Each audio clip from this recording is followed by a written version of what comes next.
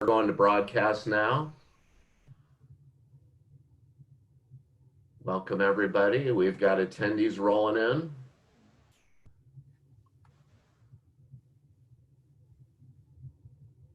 Go ahead and share my screen and my announcement presentation.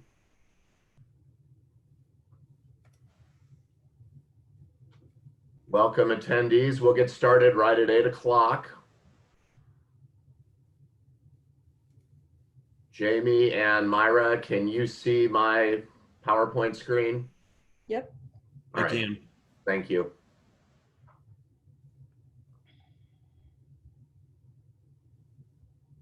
All right, people rolling in right now. That's good.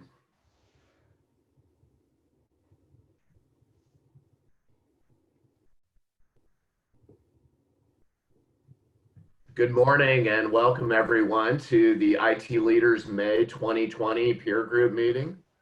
We're glad to have you, and we're glad to have you at this early hour. Apologize for the schedule change. We've got a gigantic webinar happening right after this one as well. So if you're interested in that, I can talk about it a little bit later. I'm going to go through announcements and then we will have our two guest speakers. Looks like we have about 23 attendees right now, and it's climbing by the minute. On the housekeeping details, you as an attendee are in mute mode and you're listen only. If you have questions, you can ask those questions via the chat panel or in the Q&A box. And we will have a recording and the presentations available after the webinar. So why does IT Leaders meet? I always say at the beginning of every meeting that most of us have been promoted from a stellar individual contributor to some level of incompetence as a leader. I think that's true in many engineering disciplines. I think it's especially true in IT. Most of us get moved up the food chain and aren't exactly sure what we're doing. So that's really one of the main reasons that IT Leaders was started over 3.5 years ago. We set up the meeting, the original face-to-face meeting, to provide networking and a chance to find mentors or to be a mentor, to focus on leadership skills by hearing speakers talk about them. The group is really geared towards IT staff professionals with direct reports. Although as we've been working through the virtual meetings and COVID-19, we've allowed many of the sales professionals in the IT world to join in with us. But the group is really focused on staff IT people with direct reports. Normal administrivia, I normally direct you right now where the bathrooms are, but I think you know where those are. If you would like to ask a question or need some additional information, please use Q&A. And if you need to send me a text message out of band, there's my mobile number right there. If you like what you see, please take some screenshots during the session. IT Leaders Indy is the hashtag. You can text pictures of your Zoom session to me as well. And please do share on social media so that your peers can join us for the next meeting. There's a few different ways to stay informed. itleaders.org/Indianapolis is probably the easiest way to keep track of what's going on with the group. We hold IT leaders in multiple cities. That number is actually growing, but Indianapolis is the first and is the lowest cost. We have a free meeting for the group. So upcoming events and registration, which is required for all events, are located on this page. In addition, on this page, there's a mailing list sign up, so you can stay informed via email on upcoming events. And I also publish a monthly newsletter on IT strategies and tactics. You can sign up for that on the same page. We have a couple of LinkedIn presences these days. This private group, IT Leaders Indianapolis, is really geared for IT leaders to talk amongst themselves about challenges they're having or open roles they have or people who are looking for their next role. So please join that. That group is limited only to IT professionals, no sales professionals in that one. And then we do have a Twitter presence, and Rusty Maynard, one of our members, helps me maintain that. Speaking of Rusty, he recently, as of about 2 months ago, set up a company page for IT leaders. So in addition to the website, you can go out to IT Leaders Indianapolis and see what's going on with the group, many additional outside community events that are happening, and some leadership topic links, articles, and other video presentations.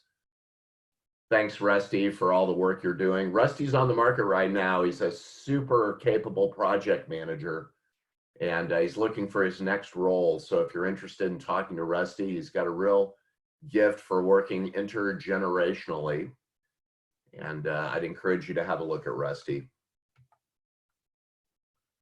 So I mentioned about the private group. This is a great way for IT leaders to communicate amongst themselves. The third, there are really three categories of meetings that happen with IT leaders. There's the bi-monthly peer group, which we're doing today. There is the off-month sessions, which are education sessions, and I'll talk about those in a meeting. Those are also free, and those are available to sales professionals and IT professionals. The third meeting is a pay-to-participate meeting called the IT Leadership Bootcamp, and we do this twice a year. Lou Russell runs this meeting. Any of you who have been in IT for any period of time probably know Lou. She trained my team back at Methodist Hospital 20 years ago and helped them be a better team. And I call Lou the IT whisperer because she's so good with IT people. This is a 4-session, 16-hour total Leadership 101 course that deals with self-assessments, 360 assessments, emotional intelligence, and a lot of tabletop exercises on being a good leader. At $975, it's about half the price that it should be, but Lou keeps that at Lou and Mosher Consulting, who she works for, keeps that at a low rate so we can help new leaders get up to speed, old leaders take a refresher course. And if you've got people who aren't necessarily leaders, but lack self-awareness in IT, which I know that's hard to believe, but there are a few of us left who lack self-awareness, this is a great course. So if you are an IT vendor or a sales rep, we also run a group called the Expedient Referral Network. This is for sales professionals to get together. We get together 3 or 4 times a year, and it's super fun, and it's a way for us to meet each other and to see if there might be opportunities to help each other and work together. If you're interested in this and you're an IT sales professional, this meeting is for you. So contact me directly at doug.thies@expedient.com, and we will put you on the list. Whoops. I spoke about the 3 different types of meetings. We've got the peer group, which we're in today, and we've got the boot camp. The third type of meeting are education sessions that happen on the off month of the bi-monthly peer group. So this month we've got a peer group meeting. Next month we've got a session on practical business continuity planning. ESI is going to host that. I'm actually talking with them today about the content. Nobody I have talked to since COVID-19 has activated their DR plan. Everybody that I've talked to since COVID-19 who has a business continuity plan has activated it. And it's a really good illustration. You know, I say never let a good disaster go to waste, but this is a really good time to understand the difference between disaster recovery and business continuity. Many companies have measured the success of their business continuity plan historically by its weight. You know, the fatter the document, the more effective they think it is. But the truth is, good business continuity plans can be 3 or 4 pages long as they're focused on what needs to be done when something out of the ordinary happens. This session is really geared towards how you can build a more effective business continuity plan. Grant Goodnight of the SI will be presenting. He is a recovering attorney who writes such documents and builds such frameworks for people.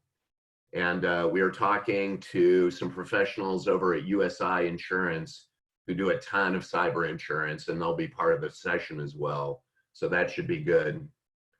The July event will feature Nirav Shah of Republic Airways, who's recently been in our all IT leadership community webinars, and Doug Tedder of Tedder Consulting, who talks a lot about IT service management. And that's really become a challenge for a lot of organizations with this work from home situation.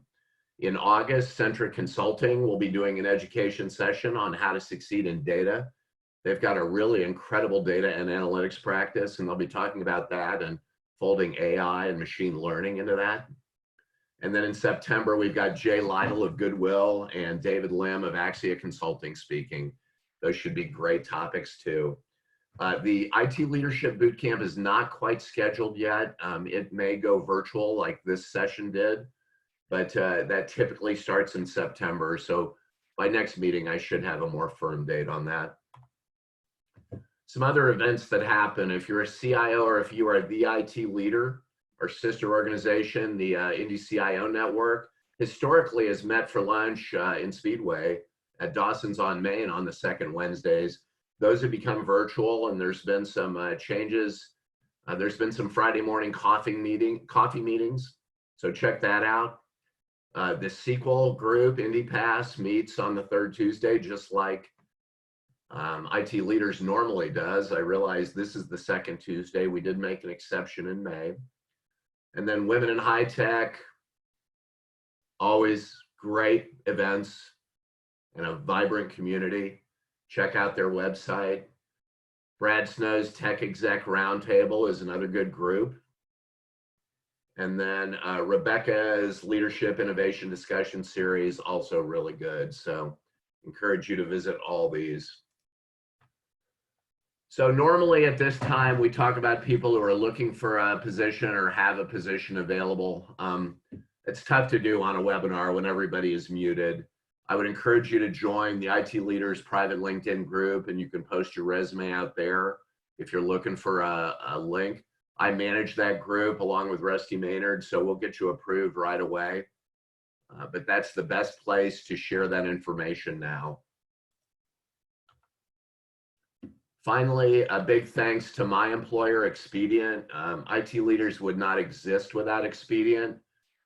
And without the help of Karen Ianta, who's on right now, who helps me with these webinars, we wouldn't be putting on meetings in the meantime as we're all working from home and waiting. Expedient is the nation's leading enterprise cloud provider. We do VMware-based cloud. We've been doing it for 12 years. We have 12 data centers in 8 cities. We've been a co-location and enterprise cloud provider for many, many years now. We help people drive the complexity out of their modern cloud-based IT environments. Always thanks to Karen and to Nolan Baker, one of our help desk analysts who helps with these webinars. Really appreciate that. Just a personal note, I really love the time we spend together face-to-face in our conference center in Expedient. As an extrovert, it's difficult for me to holler at you from my office at home, but I really look forward to the times we can get back together.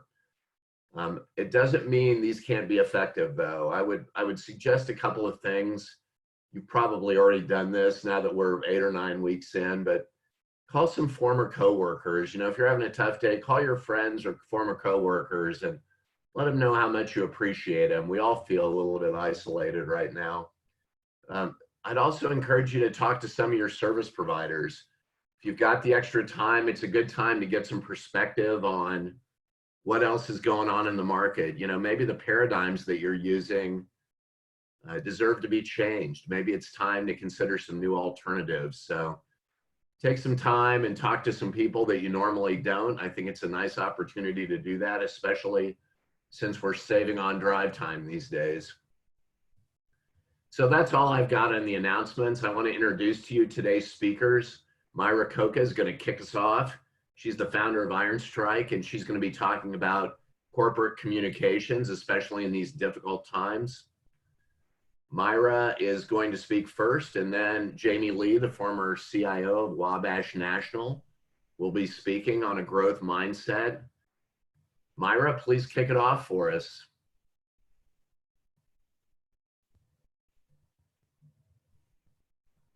Yeah, you're ready to share your presentation whenever you're ready. All right, looks good. I think if you hit play, we're ready to go. Great. Thanks, Doug, for the invitation. The focus of my conversation today is really going to be on practical ideas to kind of help you through not only this interesting period we're in, but also beyond, with a special focus on internal teams, your employees, etc. And my passion for internal communications really started a long time ago. And really was solidified about 15 years ago when I had the unique opportunity to partner with Starbucks Coffee Company, work with them for about 2 to 3 years, and really got a window into the employee experience, what that looked like, and how to do it well. And I thought they just did an amazing job. And really, it solidified, like I mentioned, my passion for internal communications. And at the time, I ended up leaving the company I was with and started a firm called Ironstrike that focuses specifically on that. So I've really enjoyed helping and anywhere from Fortune 500 companies to small businesses. So I wanted to share a couple slides with you. First off, this is an image, and you may be like, what is this about? But it's basically a story, if you would, about disruption and how different companies were upended because of different new entrants into the market. So you'll see here, the real estate market was kind of rocked by Airbnb. Netflix really disrupted the cinema industry, and also that business called Blockbuster, which we can all smile about now. But the main point here is that companies are constantly in a state of disruption. And in this case, again, these companies illustrate how they disrupted entire industries. This next image will probably give you a very different reaction. This is a disruptor, obviously, of a different kind, and came out of nowhere, as we all know, and disrupted not only our business lives, but upended pretty much everything in our life right now. So the first one was obviously, the first picture I showed was the disruption within companies brought on by the competition. And in those cases, obviously, your employees need to pivot. In this case, totally different type of disruptor, but equally disruptive for employees and how they react and how you manage through this change. If you lead a company or a team right now in IT, the stresses of communicating to employees and customers about what needs to change right now to ensure their safety, to keep business moving.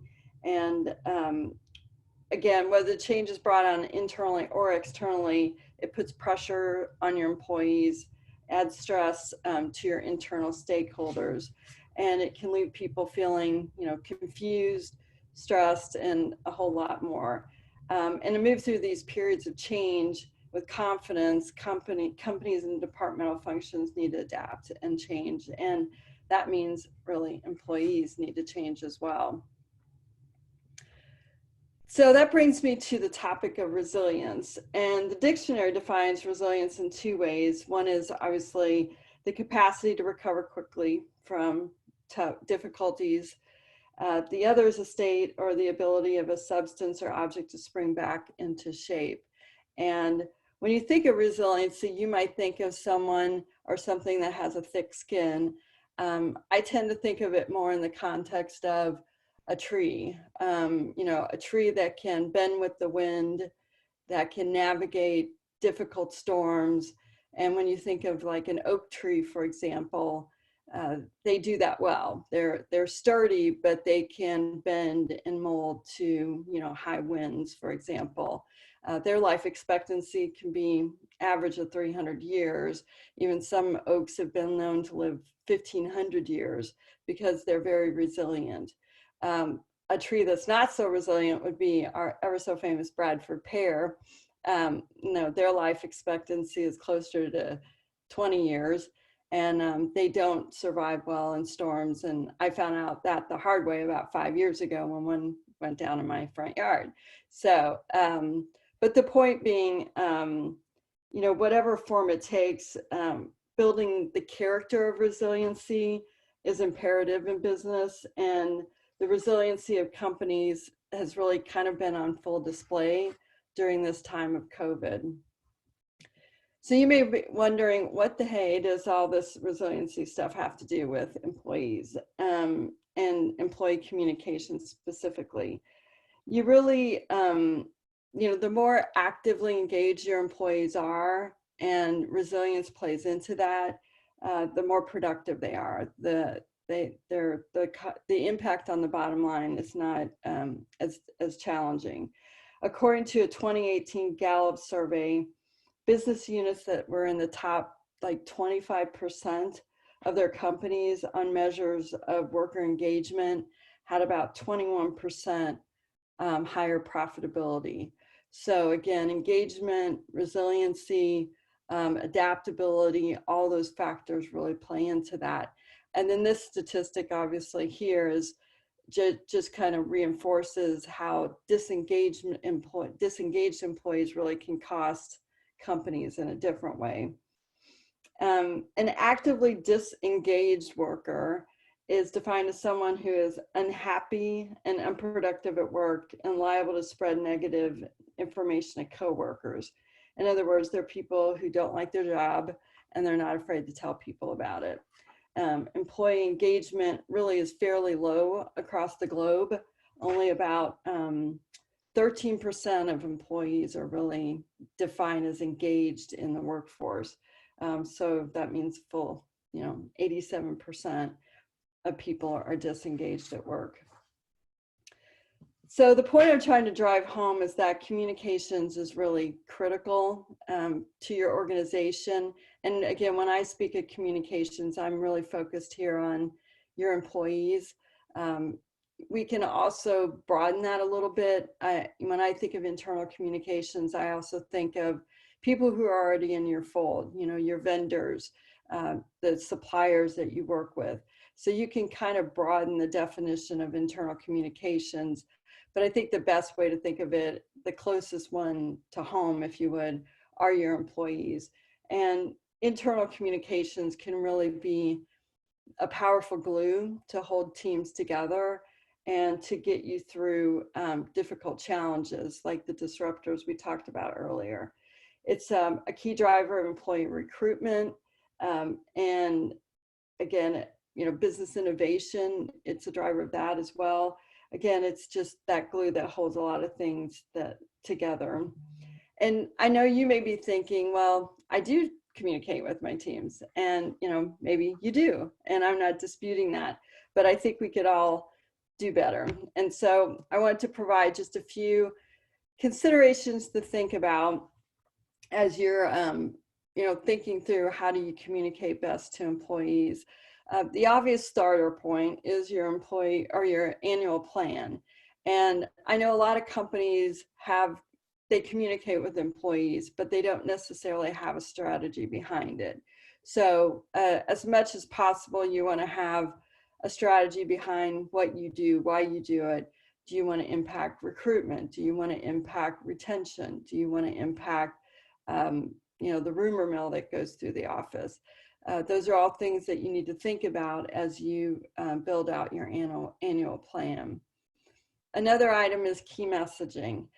A lot of people, again, communicate a lot of information out to their employees, but they don't have a consistent pattern to it, or they don't have a consistent verbiage that goes with it. We would really advocate that you take 3 to 5 key salient points about your department that you're working in, your IT function, and put together messaging. You know, what are those 3 to 5 key points that you want to just have a drumbeat and repeat over and over, and include that in your newsletters, include those in your memos. It's a really powerful thing to do over time. It's not something that's going to change the narrative in a month, but over time, if you have that and you just are consistent about it, it really can make a difference. Segment, and what I mean here is, you know, it's easy to say, well, employees, but there's a lot of different kinds of employees. You have long tenured employees. You have people who've been with the company just a short time. You have people who think differently because they work in project management versus another part of IT. So as much as possible, you want to look at your employees and kind of segment them and look at them as unique subsets versus just all employees or all vendors or all suppliers. Multi-channel. This means mostly you just don't want to rely on one source for your communications. I know it's very tempting, especially now, and it's difficult not to rely on email for most of your communications, but as much as possible, you want to have 3 to 5 different channels of communications. The average person needs to hear it 7 different times in 7 different ways. So you really want to try to have a variety of different channels, and we're going to talk about that on the next slide. Visual. I don't mean here color, although that's part of it. It doesn't mean necessarily typography. What I mean here is, as much as possible, visual storytell instead of the written word. So there's some great tools out there to allow you to create infographics, for example. And, you know, again, I think it's not a shocker that people's attention spans are lower than they were 30 years ago. And so, and people's time constraints are greater than they were 30 years ago. So as much as possible, you want a visual storytell where you can. One great example that I've used in the past is a tool called PictoChart, and it allows you to make infographics to tell your story instead of, again, just pushing out another memo. It's just a really nice way to get the word, the message across without having to read 7 paragraphs. Authenticity is a big piece of communications, and this is something I really try to challenge my clients on. Is it's not enough just to share the message. It's really important to be as authentic as you can in your communications. So that can be everything from the conversational tone. Years ago, companies were much more formal. I remember being indoctrinated not to start a sentence with the word and not to use contractions. But as much as possible, you want to write the way you would talk. And we talk with starting with but, and we talk using and we talk in contractions. And in doing so, it makes your communications just much more conversational, feels more, you feel, your persona feels more accessible. It just changes the tone.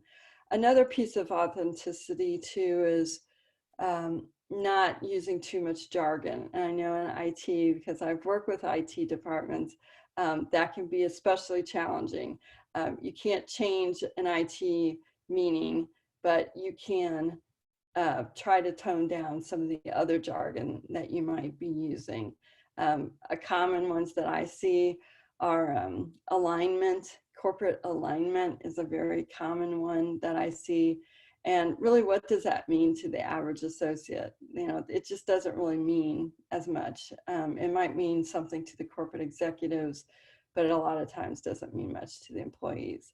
So, and the other piece of authenticity also is just being truthful in the sense of being genuine and caring in your communications with staff, especially during this time right now when there's just a lot of concern and worry about what's going on in the workforce. So it's just really important. void of bias. What this one means is not just vetting your content and your copy to make sure that it doesn't indirectly offend or indirectly look biased toward either a certain piece, a certain portion of the population of your employee base. It's just eliminating bias out of your language, whether that's gender, race, whatever the case would be. Just being careful about that. And then the final one is just making sure that your annual communications plan includes some form of feedback loop so that you're just not pushing out messaging constantly. You're getting some, loop back that tells you, are you doing a good job? You can do that through town hall meetings, making sure there's a Q&A section at the end. That's a very basic one. But you could also integrate it into your annual communication or your annual performance reviews, asking employees, what do you think about the company newsletter? Does it resonate with you? Is the tone right? There's just a lot of ways that you can integrate that feedback loop so that you make sure all your efforts are really paying off and they're making a difference. So I wanted to share this, and I put the link at the bottom, but we're going to share this presentation afterward, but just in the interest of time, kind of tying to authenticity is how do you as a leader build confidence for yourself, but also for the work you're doing, and building trust inside your organization. So it really has to do with, again, that element of authenticity. And people genuinely care about people who feel cared for. And so as a leader, how do you build trust inside your organizations? As a leader is really, really critical. And leader communications and being able to articulate your vision for your department is really important. So this is a video by Simon Sinek, and it's really good. And again, we'll share this out after the presentation so you can get a better sense for it. But it really speaks to that importance of authenticity and building trust inside organizations. So drilling down a little bit into some specific tactics, and I'm really presenting these in the context of today, where we are right now in the era of social distancing and working from home. As I mentioned, part of the effective communications program, one of those is multiple channels to communicate. And regardless of your audience, it's key to balance different tactics versus relying on heavily on one or two. And email seems to be the most common offender that we need to manage, because it's easy to just shoot off an email, but we need to consider other avenues as well. So some of these are, and I realize several of you probably are using these already, but I want to just add some further context to them. Town hall meetings, you can be doing those right now, obviously in a webinar format. It allows you to do the Q&A at the end, just like you normally would. Obviously, it's not the same feel as it would to be in person, but you can easily be doing town hall meetings. And I know a couple of clients we've been working with, they're using not only town halls, but then they're doing in between their like short meetings, just conversation times, really just times for employees to come together to just ask questions. So instead of the company having an agenda every time and coming with a platform that they want to talk about, they're using town hall meetings for that, but then they're using these in-between times just to schedule a half an hour to an hour to have all employees come together and just literally ask questions. And again, this is especially relevant right now because of the social distancing, and there's a lot of concern right now as we move into, many companies move back into, coming back to work. What does that look like? Some companies won't come back to work. Some will say, we're small enough. We've been doing this now for 2 to 3 months. We're not going to go back to the office as we know it. And so there's just a lot of questions on people's minds right now. So having some in-between Q&A state or opportunity is really valuable. Another thing you really should be doing right now, instead of pushing out just an email message, you could do a video message instead. Just take what you would have put in the email and sending it out as a video and posting it to your company, your department intranet page or your company page. Again, it allows people to see you, which is really nice, to hear your voice instead of just having content through email. Obviously, email is another one, not as important to me.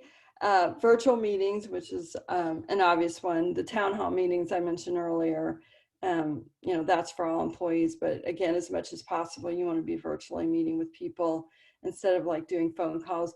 And I know a lot of people absolutely hate all this webinar stuff and the Zoom. They're getting tired of it. But it's the next best thing to being there in person, and you don't want to lose that personal connection right now. I know a few companies that are doing just purely social hours at the end of the day, or doing them once a week on a Friday or a Thursday, somewhere around there. Just having opportunities to socially get together is just really critical right now, and it builds the camaraderie that you want to continue. It keeps that glue together, the communications glue and the trust factor. So, I've heard of several companies doing this, and it's been a lot of fun for the employees and just a way to relax and just talk non-shop, which is nice too. And then the other aspect is internal social media channels. So a lot of companies are moving away from a lot of email and using internal social media to kind of replace that more effectively. And the examples of that would be like Yammer, Slack. Those are all opportunities to socially engage internally. It's like Facebook for employees, basically. And especially younger professionals really value that form of communication. So while there's a lot of tools that are available in your toolkit, I think the main thing I would reinforce is just to make sure you have an overall comms plan that guides you, and you have key messaging that really reinforces who you are, where you want to go. You should have key messaging too for each of your product lines. You should have key messaging for each of your service lines. Again, it's not just high-level corporate communications, but also departmental, and then going down to your products and services.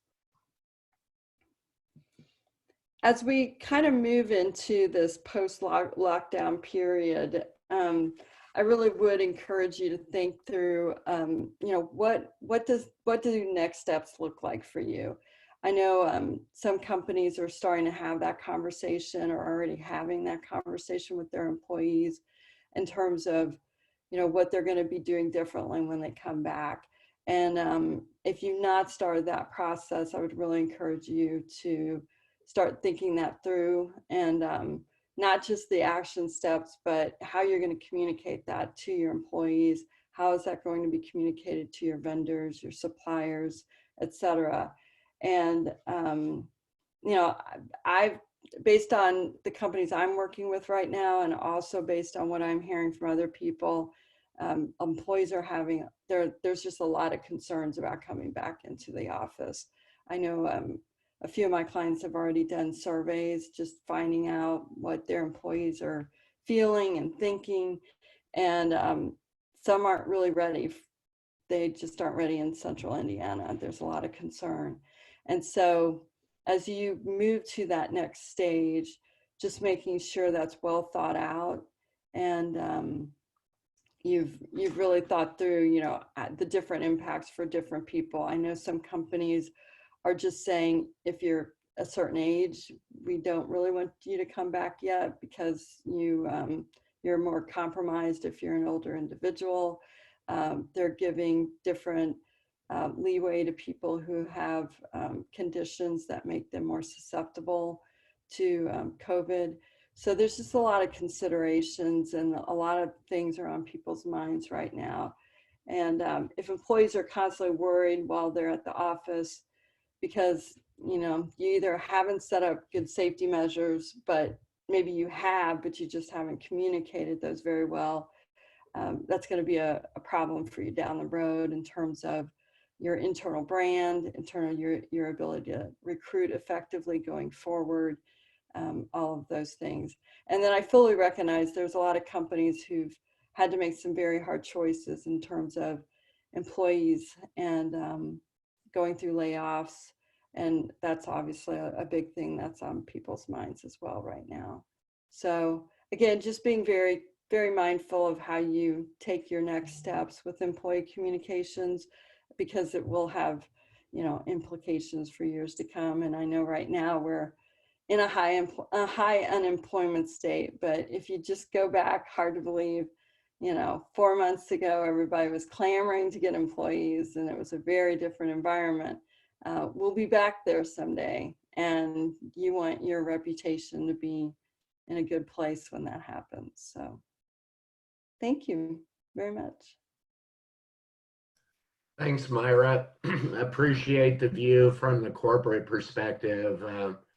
Last meeting we had Alex Perry in talking about the one-to-one capabilities.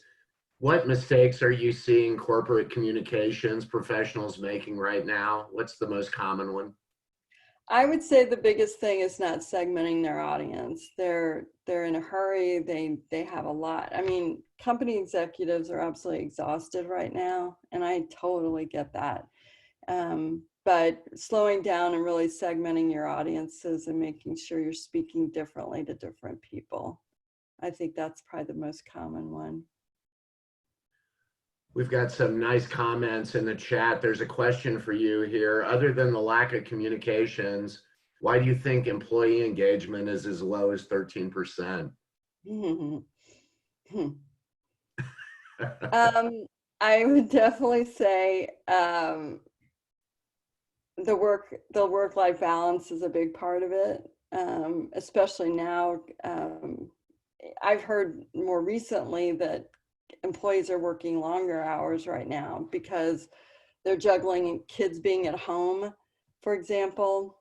And so I've actually heard some companies say that some of their employees are working on average of 2 to 3 hours more a day because they have little ones at home. They're trying to do homeschooling, online learning, and it's been a huge stress for parents right now. But in general, I would say, I mean, pre-COVID, I would just say it's on average, it's still the work-life balance aspect. And I think a lot of it statistically is the meaning behind the work is not where they want it to be. And they don't see a lot of times their executive leadership modeling what they're being asked to do. Makes sense. Can you tell us a little bit about the link you've got on this slide and that I'm going to post again here? Oh, yes, thank you for reminding me. So this week, every day from 12:30 to 1:30, I'm scheduling meetings for people who want to just talk about any internal communications challenge they're having, whether that be, again, employees. Again, I kind of broadened the term internal communications to mean people who are in your fold, like your existing suppliers, your existing vendors. So you can schedule a time if you go to that link, somewhere between the 12:30 to 1:30 time span, and we can set up a call and just have a conversation. Myra, thank you so much for sharing your expertise with us. It's an especially appropriate time to do so with this work from home challenge, and some people working from home and some not. We're grateful for it. And remember, listeners, that we will be including Myra's presentation in the follow-up email. All right, Myra, we will move on to Jamie Lee now. Jamie is going to be speaking about a growth mindset. Jamie, it's all yours. All right, thanks. Doug, can you see my slide?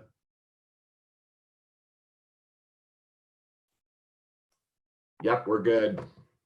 Okay, thanks. All right, guys, let's talk a little bit about the growth mindset today. It's a concept I hold near and dear. Has absolutely changed my life and how I see the world and work and change myself. I want to start with a comment that Myra made in the last discussion. She said many businesses may not actually go back to the office. Some may, obviously, as you're hearing, close. Some may just do work differently. So it's important, I think, at this kind of inflection point, if you will, on the curve of our trajectory as people and as businesses, to start to look at our mindset, not only from a business perspective strategically, what do we do, why do we do it, how do we do it, but how do our teams work in that? Are our teams in a growth mindset? Is our business in a growth mindset? And then today, I'd like to focus on you. And are you in a growth mindset? So thank you for letting me take this time to introduce this to you. And of course, the slides will be made available after. But first, I want you to stop. Many times we jump right into deep content like this and don't focus. And so if you're going to spend 30 minutes on something, take time to lose the distractions, be purposeful about your time because you won't get this time back. Focus. Find your center, because we're going to be talking about things that impact your heart, your mind, your head, and probably your historical beliefs. Ready yourself, which means taking a deep breath and oxygenating your brain and your body so that you can think and put more energy into the frontal lobe of your brain as we explore some topics in depth about your mindset, and then engage. If there's a couple things I can leave you with today, even after we get through some of the slides, I'd like these to be the points that you remember, is people are all born with a love for learning. We see it in our children. We see that love for learning dissipate over time as they start to form beliefs about themselves and be potentially closed up or not interested anymore in certain topics, and they start to choose a path and so forth. But at its core, we're all born with that love for learning. And then it's influenced after birth. And it's tempting, however, to create a world in which we're perfect, where it's a safe place, where we can ignore some of the change in our lives and some of the conflict. But I'm going to tell you a little bit about this book by Carol Dweck in just a minute on growth mindset. She says, what sets you apart is your mindset and your drive. And so today we're going to examine the difference between the fixed and the growth mindset, and how that impacts you and your teams. You may or may not know, but we walk around and roughly 11 million bits of information are hitting us in our eyes, our ears, and every other sense that we have. And consciously, our brain is only processing 40 bits. So if you think about that, we have a lot coming at us from all different angles, and social media certainly helps that out, doesn't it? But the majority of which data points come at us, we're processing unconsciously, which means we're just reacting to assumptions about those data points. They may be the right reaction, they may not be the right reaction. We may be causing issues, we may be helping issues, we may be solving problems, but in general, we're processing slower than the world around us is moving. So when that's the case, where do you focus? We have work and relationships and our own learning and growth to get after. Where do you spend your time? How do you consciously live in this world unless you have the right mindset? So with that, let's be real. We've got a lot going on. And as technology people, we've been in our careers dealing with people, data, and platforms. Many software platforms in many different businesses, people operating those platforms with all their opinions on how things should be done. And of course, the data being right, wrong, or indifferent in each one of those, serving the business process, serving the business. And getting that right every day and getting the infrastructure right to support it is a technology challenge, and it's a complex challenge that we all face. But we also have this climbing event happening where our companies are asking us to talk more, to be collaborative, and even be online and remote these days and collaborative, and speed up the velocity of work. And if you didn't know, that's the equation for velocity, but it's speed in a direction over time. So velocity just isn't work faster, but it's work faster in a direction, and do it in a cyber secure way and ever increasing more secure way. Do it faster, raise the performance, and essentially do more with less. And what that's doing is creating an increasing slope of expectations in our life. So not only do we have the 11 million bits of information coming at us, about which we can only process 40, we're dealing on the left with people, platforms, and data, and that complexity in a business world that's asking for more with less and providing less. And so the world of work is changing. So we have a lot going on. So we have to take a look at our mindset. But first, we need to address the reality of this that's going on around us. And the left side can multiply the right side. The complexity of the left side can absolutely be a multiplier on the right side. And what I find in my experience is that that can equal to burnout. And so many of you are dealing with all the variation in your companies and so forth. And the combination of these two things weighing on each other, if you don't get your mindset right, can lead to burnout. It can be generally overwhelming. And so with that, we need to drop back a little bit and consider our perspective of this problem as technology people that we're living in the world and the economy and the business industries that we're serving. So let's just say you, like Rome, weren't built in a day. We were all born at some time. If you're on this call, you were born at some time. But let's look at the experiential focus. So over time, we are built. We're educated. Things stack up, learnings stack upon learnings, and we look back and we're maybe reflective. Maybe we think about the future, and then maybe we don't. Maybe we just find our safe spot and avoid change altogether. But the historical priority in which you were educated really kind of started with one of the 4 Qs, and you're very familiar with this one. It's called the Intelligent Quotient, or your IQ. And we cherish this. We praise this a lot when you're young. You say, oh, you're really smart. You're going to do well. And so we continue learning through elementary school, high school, and then on into college. And somewhere along the time, we start to pick up a trade. As technologists, you probably learned, databases and systems and web design over time. And that kind of increased your technology quotient, your aptitude to deal with technology complexity. And then over time, maybe in your career, you got some learning about you and how are you dealing with your emotions. And if you're ever going to be a leader, you need to be a little bit better with people and speak a certain way and walk a certain way and understand your emotional intelligence. So we started to measure your EIQ or your EQ. And then the last Q that's kind of built over time, I believe, is your leadership quotient. And this is the study of what it means to be a good communicator and how to lead effectively teams of people on mission or on towards a purpose or goal or challenge, that type of thing.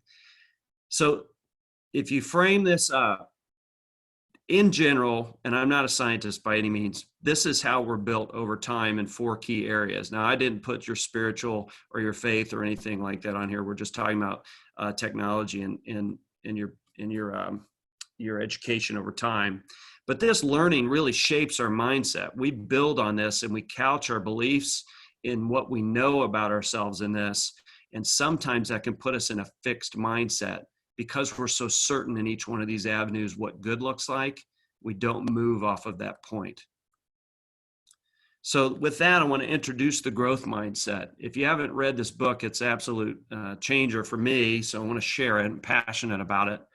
The fixed mindset in the book, she does a great job of laying this out. So I'm just going to summarize a little bit. But the fixed mindset says, well, I'm smart. I'm a good person. I can rely on the fact that I'm generally a good person. So I might be I might have learned all I need to know to apply. I just got to move from business to business or client to client and apply the same problem-solving techniques over and over. Don't have any blind spots. But you know what? I'm pretty couched in my beliefs. So if you attack me with your words, I'm going to get fairly defensive because I don't really react to criticism well. I might say that I am, but I don't take it to heart. I don't really dwell on it. It kind of just goes over my head and past me, but I'm open to it. Go ahead and send it my way, which means I'm probably generally not curious. I'm not looking to improve my internal capabilities by understanding myself, which probably means I'm not looking out across my team to understand my team a little better,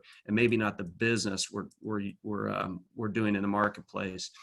So my abilities determine everything. Because I've learned all that I've learned, I can pretty much feel safe that the world I'm in needs everything that I've learned, and there's probably nothing else to learn. So my abilities should be able to match the successes that I go and have. So if I just continue to have the successes, I'll kind of validate my worth, and those circumstances will basically define who I am, my purpose, my mission. The bad thing with the fixed mindset is it makes efforts disagreeable. Meaning, if I have to expend effort on conflict, I really don't agree with that. And so I'm not going to expend the effort to grow. And so I'm kind of couched in a fixed position.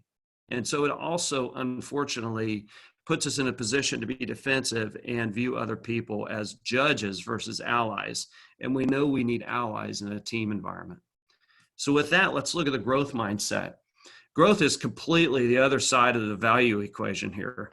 Is I can learn and improve. I'm goodish, I'm smartish, which basically the ish means that I'm not done. There are things to improve on. I've only begun to learn. I do have blind spots. In fact, if you tell me about them, I'll appreciate you more. If they're offered in a spirit of grace and feedback, and of course, feedback is a gift. If I don't have these gifts, I'm kind of operating in a vacuum. So if you don't, tell me I've got a stain on my shirt, I won't go change my shirt because I won't find it till the end of the day. And well, that wouldn't have helped me, in that interview and so forth. So please give me that feedback. And because I'm interested in your feedback, I'm curious. What do you think about me? What do you think about the business we're doing? What do you think about the market we're serving? How do you think our team is operating? It's more of asking questions than ending with statements. And so curiosity is definitely a big part of a growth mindset. My effort and attitude determine everything. It's because we look at our perspective differently. And so I can learn optimism because my effort and attitude are taking me to the next problem to solve. I haven't the fixed mindset where I'm couched saying that there's nothing left to solve. I figured it all out. So what is your perspective? I want you to think about this, and I hate to put it on two sides, but that's where we're at right now with the way the book describes it. Are you in a fixed mindset? Are you in a growth mindset? When are you? Are you mostly one or the other? It's obvious that you can be both in a single day. It depends on what your beliefs are and the environment that you're in, the circumstances you're in. It's how are you addressing and walking into these circumstances that you're facing. So who's fixed? Take a minute to laugh and have a little chuckle here, but I love this Peanuts cartoon. It's fairly old school, but Linus is sitting there and Lucy's tell him about his faults, maybe something to do with the blanket, who knows.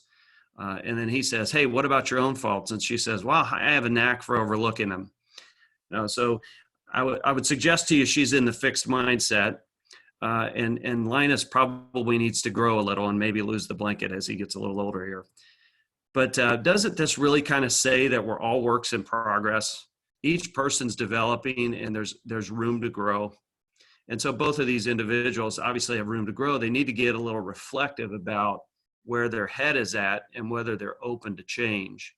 And I suggest to you in this economy and the things that Myra is mentioning, we all are going to see some change ahead. I certainly have in the last 3 to 6 months. And so we need to address these changes as opportunities in a growth mindset. So let's go down that. Let's go down a path. Let's start this. So there's 2 paths we can take here. Number 1 is introspection. And if you've not heard the word introspective, it basically means to be inquisitive about your own internal systems. And so the introspective person is going to be more open to feedback. They're going to be open to saying, look, I've studied systems all my life. I've studied technology. I've studied industries. I've been in healthcare. I've been in, automotive. I've been in manufacturing. I've been in insurance. I understand all those systems. There's nothing left to learn. I would say to you that yourself and your team and your business are all systems of systems.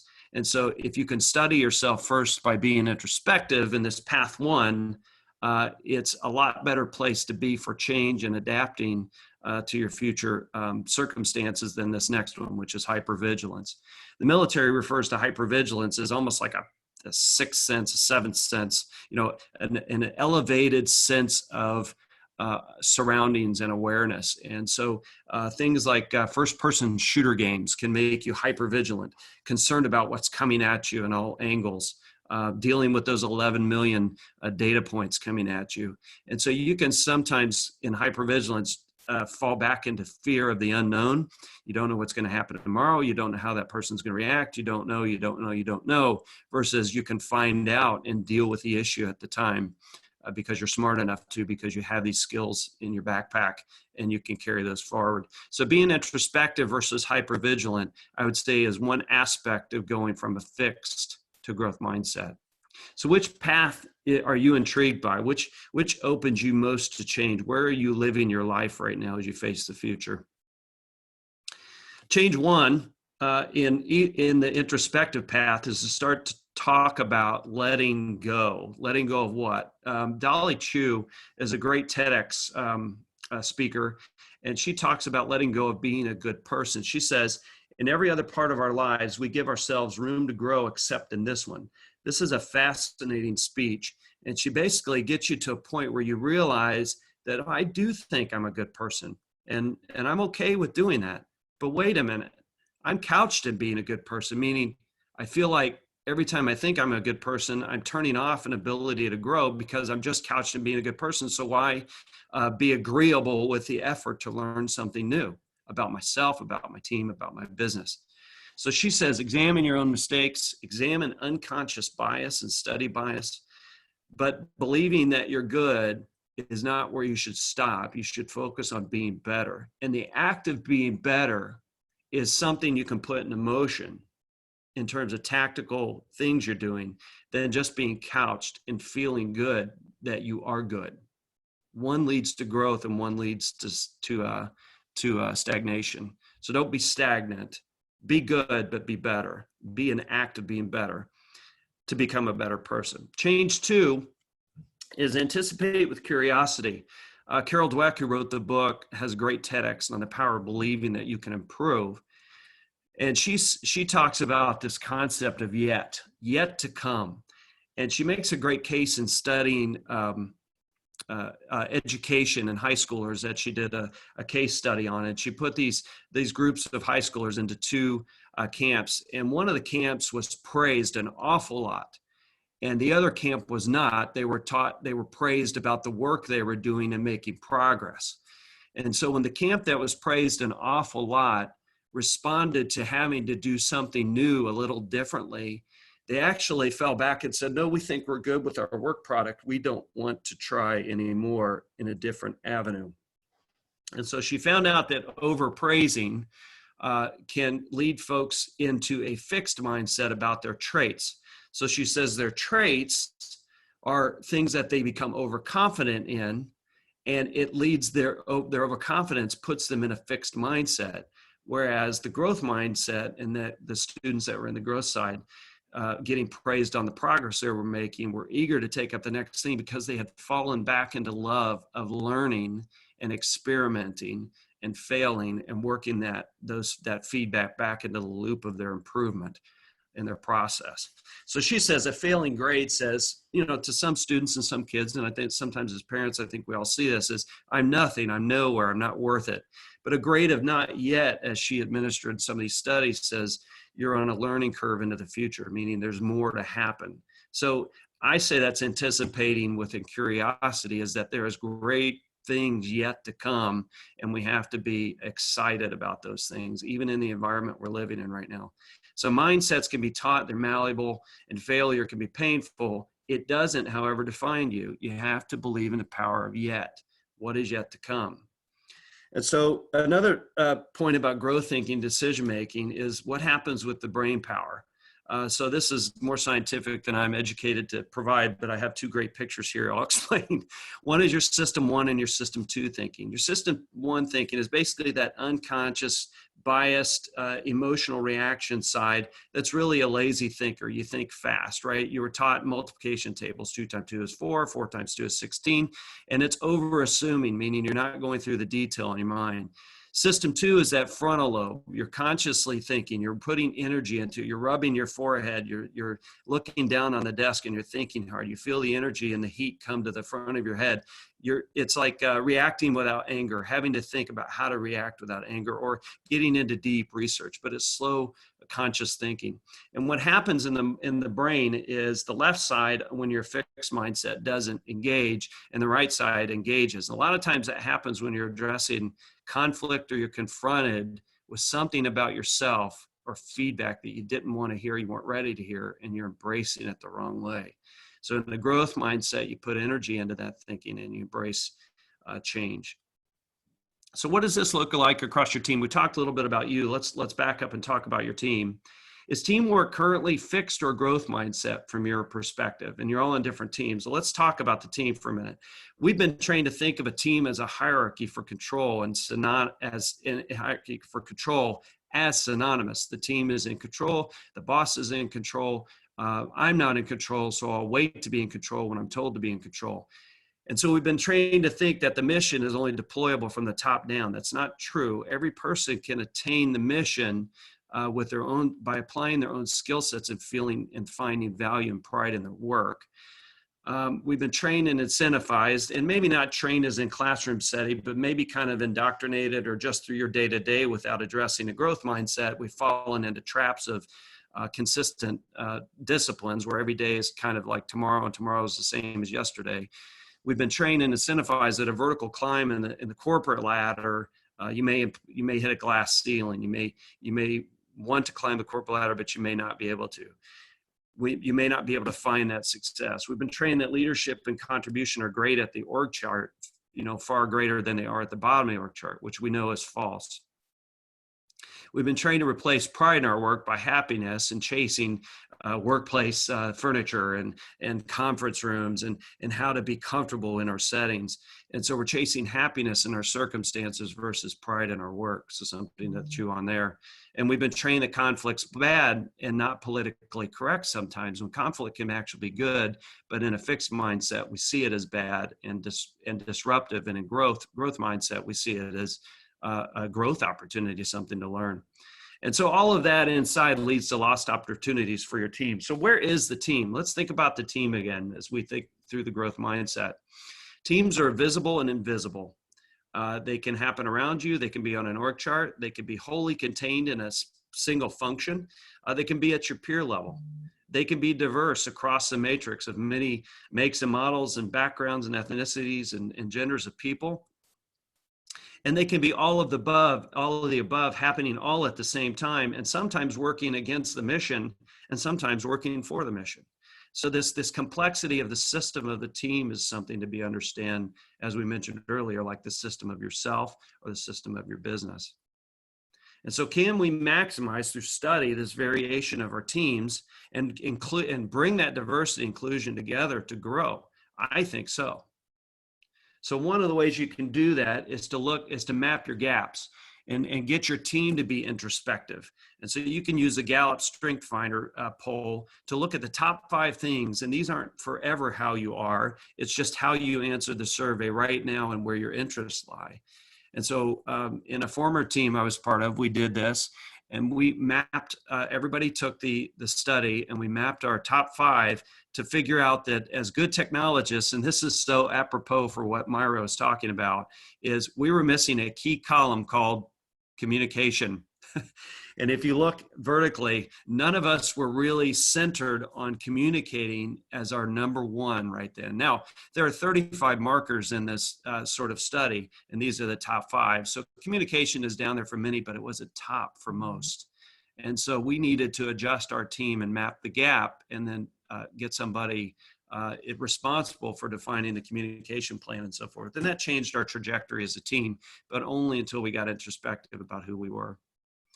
So here's a question for you. Does everyone really achieve more together? This whole acronym of team. Let's think about the founding fathers. Here's an example of a team.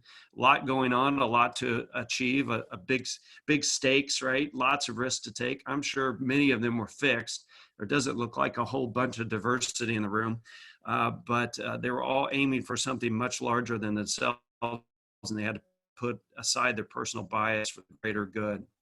And then look at this team. Steve Jobs led, right? He was fairly fixed in his mindset. He knew what consumers wanted before they knew. So he was going to make sure that that was the only thing that got done, and his teams enjoyed his intellect over that. But history says that they achieved a lot. So that is another good example of a team. And then here locally, let's look at the Central Indiana United Way team. Very diverse, dealing with a lack of funding in many areas, a lot of challenges. And so they overcome a lot by working together. And I know Ann and her team, and just very proud of the work they do. So I would say that yes, teams do achieve more together than on their own, but they need to tap into the unconventional growth mindset and these methods to be exceptional. So let's get back to you. Why do you do what you do? If you don't remember this, we used to play with these as kids. They're called gyroscopes. But your internal system is not unlike an external system. You need data to operate, to basically have telemetry, to basically be able to work in this world of 11 million points and stay steady and operating. And so you need feedback. So go back to that. Feedback is a gift. You need external instructions to require the counterpart of telemetry. And it's all in the data, and it's all in the feedback. So if you're closed-minded or fixed, you're not open and ready to receive, you're not in a growth mindset. So point your internal telemetry towards growing to be better. So who are you in the team? We talk about there's no I in team, there's no me in team, and I'm not going to read through this, but some people tend to want to be liked, and some people tend to want to be respected. And you can be both at different times, but generally, and I love this quote by Margaret Thatcher, if you set out just to be liked, you'd be prepared to compromise on anything at any time, and you would achieve nothing. So being respected in your team, being of growth mindset, being kind of uncouched to the open-minded nature of opportunity, to me, leaves you a bit more attractive in a team environment, and being respectful through that of other people's skills and talents, and also being able to give feedback to build the betterment of the team is key. And so I just ask you this, in this time of craziness, are you in a point where you're living out your passion, or do you have pride in your work? Have you tapped into that which you'd love to do in all of this craziness around us? And are you doing it with respect, especially in your team, to make your team stronger? So finally, I'll leave you with this. Go for the growth side. I've lived it. It's changed me. I absolutely love it. I have left the fixed mindset as much as I can. Sometimes I fall back into it. My wife and my accountability partners and my friends, I've asked them to give me that feedback whenever. But I've tried to reimagine myself for tomorrow using that system 2, not just saying, well, it's going to be like today and it's system 1. I really put some thought into, who is Jamie tomorrow? What am I passionate about tapping into? What am I looking towards to leave in the legacy that I want to leave here? How have I modernized my own leadership? Are you modernizing your leadership? It's not the way it was yesterday. Industry, 1.0 is gone. We're now into 4.0 and so forth. Technology is changing that. Are you embracing the growth mindset? So in particular in leadership, consider changing from a command and control structure to engaging and empowerment. The 13% engagement that was mentioned earlier is a great point for this. If you want to get better engagement, empower your folks to strive and to have control over certain things, and really kind of disseminate and over communicate, be transparent, learn and adjust, detect and disseminate, or observe and improve, purpose and values, strengths and appreciation. I'll pick on the one thing to close here is learning and adjust instead of only strategizing and planning. We get caught up in the strategy of our business changing. It's kind of those 11 million points circling around us.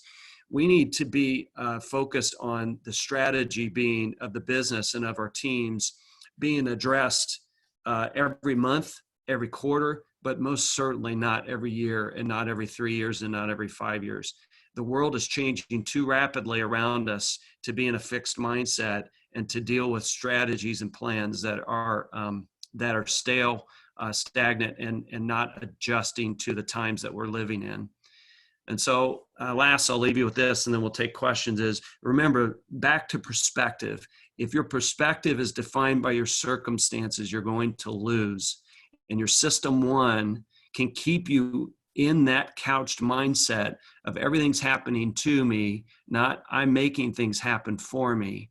And so tap into system two and grow and move out of this fixed mindset and really enjoy and bring your pride, enjoy that pride of work that you have, and bring yourself back to that, and really kind of change your outlook on the future. It's worth it.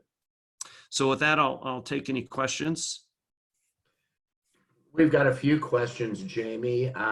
Christy Brandt asks, how do you qualify the feedback you get?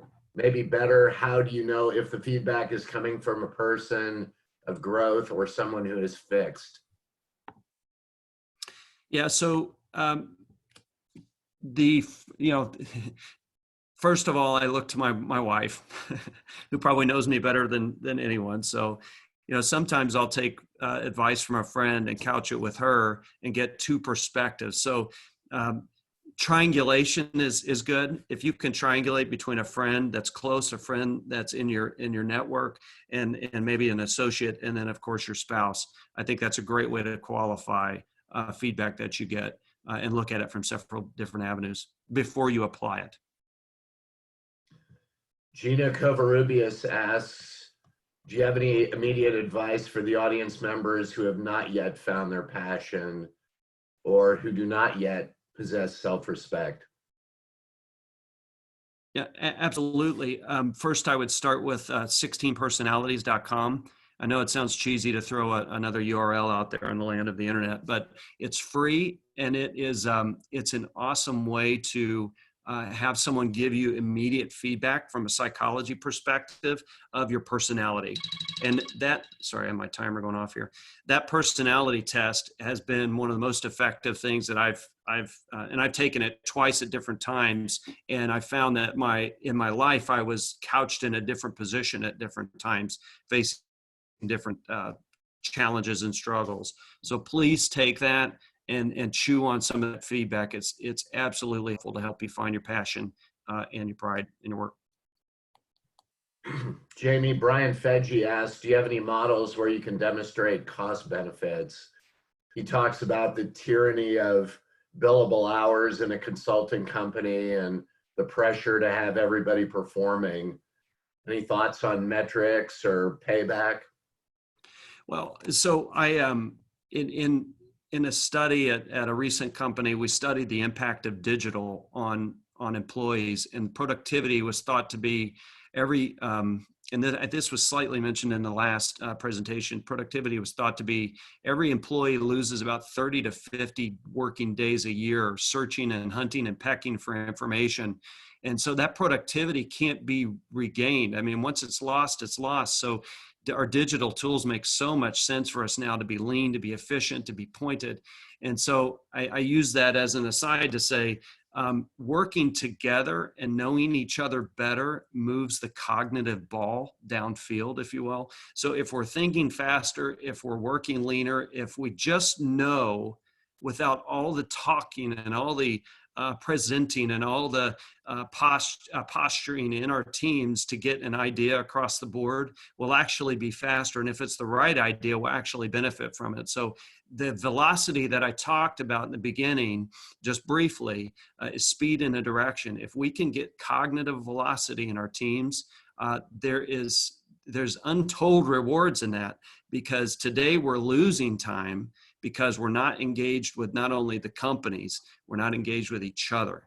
And when that engagement drives power, then I don't think you can measure. You can try and put lost opportunities to it, and try and value that is how I would do it. Ken Campbell asks, what's your view on work-life balance? It seems like IT is always asking so much from their teams. My view on work-life balance is I absolutely need it, want it, and have to have it. And it's a discipline every day to make it stick. And even working at home, I'll be honest with you, I worked from home for 2 years in a prior client or prior employer. And I had a team all over Europe, and we were on the earliest versions of WebEx, and it drove me nuts. And I'm sort of in that situation now with a 5-year-old and all my other 3 kids at home doing schooling. It's crazy. And so if you don't lock yourself away and have the disciplines to say the closed door means dad is on a call, and the open door means it's time. And sadly, you never want to turn your kids away. That's tough, but you have to have the disciplines to keep that balance. And I absolutely feel for the folks that are doing like I am and thinking about work at 9 p.m. now and 9 a.m. and 4 a.m. And, occasionally I come back at 2 a.m. and I'll go cut the grass at 1 p.m., and so forth. You're balancing life. I think our disciplines have to get back to somewhat the way they were when we were at the office full time. And, if you listen to Satya Nadella, he would tell you work and life, well, it just blends, it just blends. That's true. Your mind tends to go there, but your disciplines for your family and your home life and your real healthiness, your health and well-being has to be disciplined. You have to work out. You have to oxygenate. You have to treat this body that you have well, to think well, and to be in the right mindset. So disciplines are key. Gretchen asks, would you please repeat your last comment that involved your perspective and how you see yourself in a growth mindset?